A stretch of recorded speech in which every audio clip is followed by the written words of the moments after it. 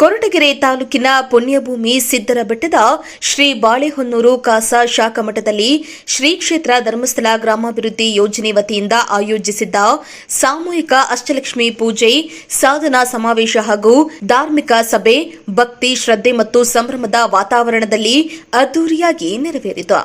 ಸಾವಿರಾರು ಮಹಿಳೆಯರು ಪೂಜೆಯಲ್ಲಿ ಭಾಗವಹಿಸಿ ಅಷ್ಟಲಕ್ಷ್ಮಿಯ ಕೃಪೆಗೆ ಪಾತ್ರರಾಗಿದ್ದು, ಶ್ರೀ ಕ್ಷೇತ್ರ ಸಿದ್ದರಬೆಟ್ಟದ ವಾತಾವರಣ ಭಕ್ತಿ ಸಾಗರವಾಗಿ ಮಾರ್ಪಾಟಾಗಿತ್ತು.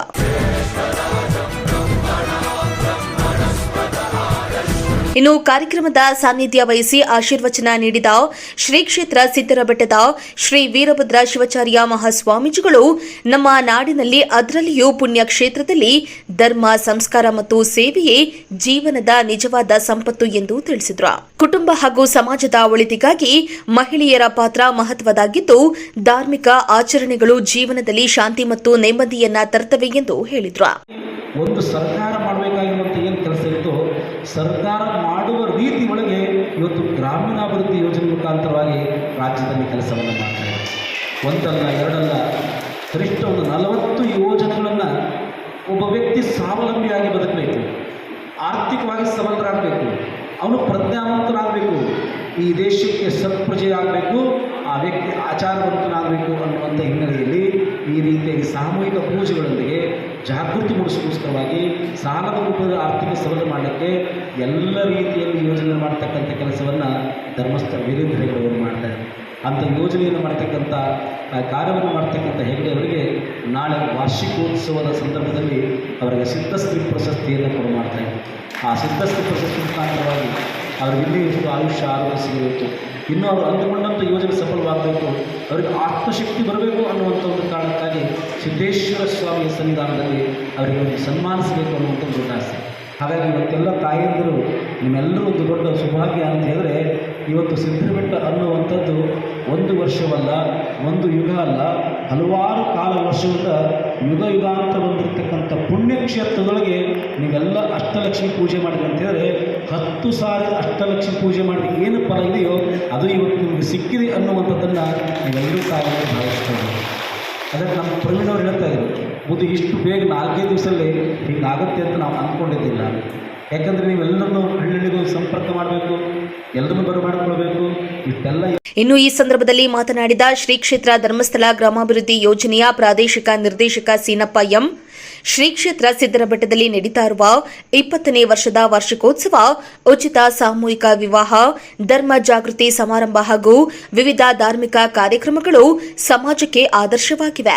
ಡಾಕ್ಟರ್ ಡಿ ವೀರೇಂದ್ರ ಹೆಗಡೆ ಹಾಗೂ ಡಾಕ್ಟರ್ ಹೇಮಾವತಿ ವಿ ಹೆಗಡೆ ಅವರ ಮಾರ್ಗದರ್ಶನದಲ್ಲಿ ಗ್ರಾಮೀಣಾಭಿವೃದ್ಧಿ ಯೋಜನೆ ಸಮಾಜಮುಖಿ ಕಾರ್ಯಕ್ರಮಗಳನ್ನು ಯಶಸ್ವಿಯಾಗಿ ನಡೆಸುತ್ತೇವೆ ಎಂದು ಹೇಳಿದರು.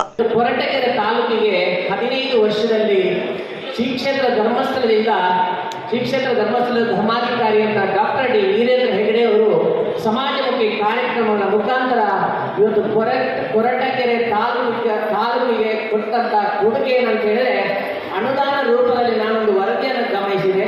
6 ಕೋಟಿ ರೂಪಾಯಿ ಅನುದಾನ ಇವತ್ತು ಶ್ರೀ ಕ್ಷೇತ್ರ ಧರ್ಮಸ್ಥಳದಿಂದ ಕೊರಟಗೆರೆ ತಾಲೂಕಿಗೆ ಬಂದಿದೆ.